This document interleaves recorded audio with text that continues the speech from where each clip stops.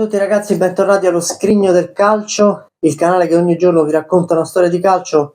Ogni settimana o quasi mi piace andare a ripercorrere anche storie particolari che hanno caratterizzato i mondiali di calcio. Oggi è una storia molto particolare, la storia dell'Iraq, dell'unica partecipazione della nazionale irachena ai mondiali, i mondiali del 1986. Sinceramente c'è poco di calcistico nella partecipazione dell'Iraq ai mondiali, ma ci sono veramente episodi molto curiosi che francamente sono contento di non aver vissuto in prima persona e che non so, i calciatori dell'epoca che non guarderanno mai questo video naturalmente, e se lo guarderanno non capiranno una parola, però chissà se forse qualcuno gli abbia mai ricordato quella esperienza che a conti fatti è stata certamente storica, ma anche un po' penalizzante per loro.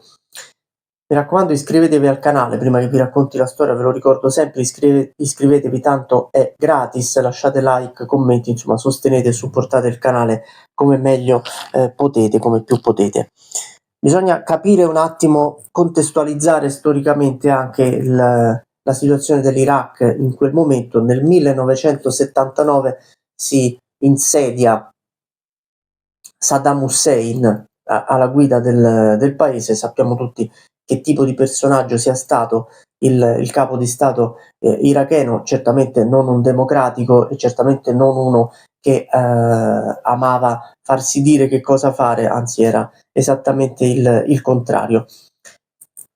Saddam Hussein vuole che l'Iraq diventi una potenza in tutto e per tutto, e comprendendo anche l'importanza globale del calcio, vuole che l'Iraq diventi, se non una potenza calcistica, perché poi è impossibile, quantomeno che inizi a farsi rispettare. Affida la federazione ad una sua guardia del corpo personale, che è il signor Sabah Mirza,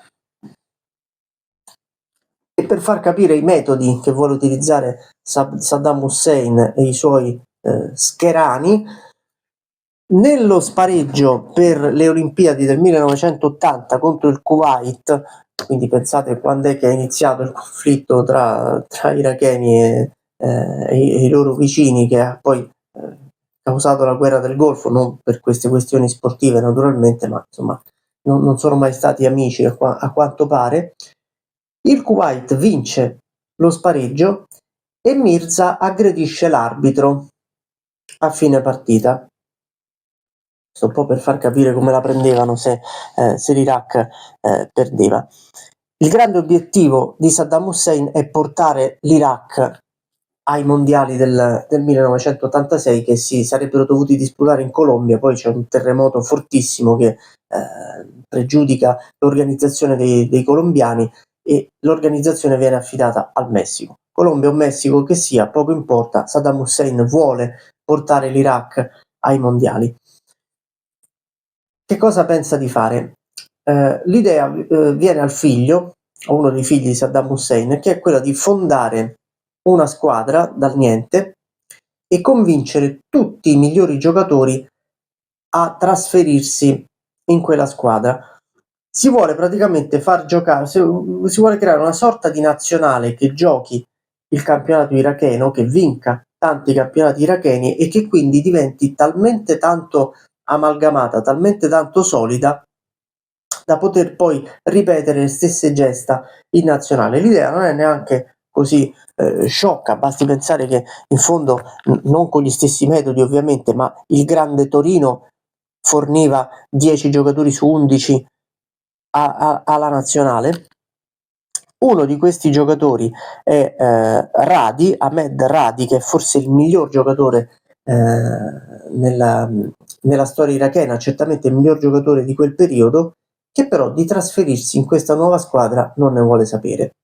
Rifiuta una prima volta, rifiuta una seconda, finché una sera viene prelevato da alcuni scagnozzi del figlio di Saddam Hussein, pestato a dovere, e gli viene nuovamente messo sotto il naso il contratto con la squadra del figlio di Saddam Hussein. A quel punto anche Radi forse contandosi e leccandosi le ferite, firma il contratto. Il campionato iracheno diventa molto noioso perché questa squadra lo vince ogni anno a mani basse, eppure l'idea funziona, perché nelle qualificazioni per Messico 86 l'Iraq è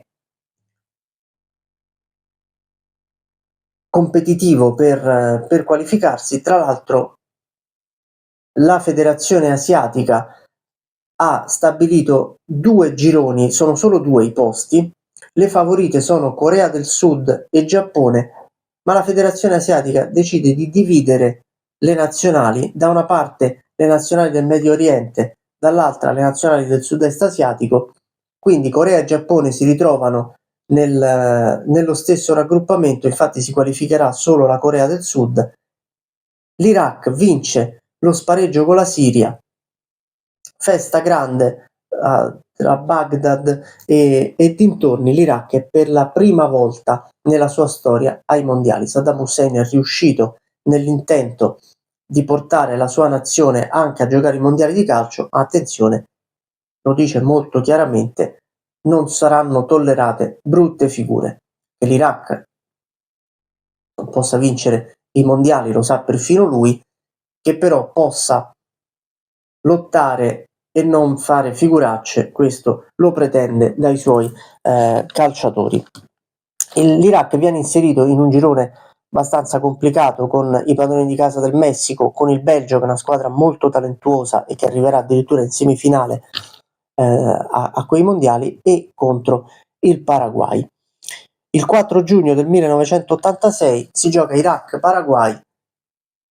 Il Paraguay vince 1-0, alla fine del primo tempo viene annullato un gol all'Iraq, ed è proprio il caso di dire alla fine del primo tempo, perché l'Iraq segna sul fischio finale dell'arbitro. Proteste a non finire, ma l'arbitro è irremovibile, praticamente fischia mentre il pallone sta entrando in porta. Succede di tutto nella seconda partita contro il Belgio, finisce 2-1 e proprio Radi segna il primo e finora unico gol della nazionale irachena ai mondiali.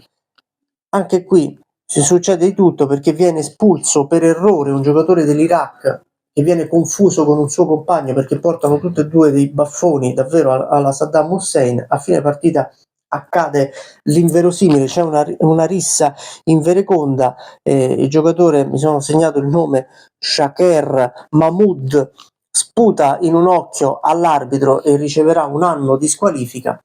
L'Iraq perde anche questa partita. A quel punto è eliminato, ma non vuole chiudere a 0 punti, e chiuderà invece a 0 punti perché perderà anche la terza partita contro i padroni di casa del Messico per 1-0. Che cosa sia successo ai giocatori dell'Iraq dopo quei mondiali non lo sappiamo. Sappiamo qual era il trattamento del figlio di Saddam Hussein per i giocatori della sua squadra quando perdevano o quando vincevano. Lui lo chiamava Tawab e Akab, cioè premio e castigo. Se i giocatori si comportavano bene, gli venivano regalati orologi, macchine e altri premi, anche premi in denaro. Se la squadra perdeva, venivano invece elargiti tutt'altro tipo di premi, come ad esempio farli dormire senza cuscino, o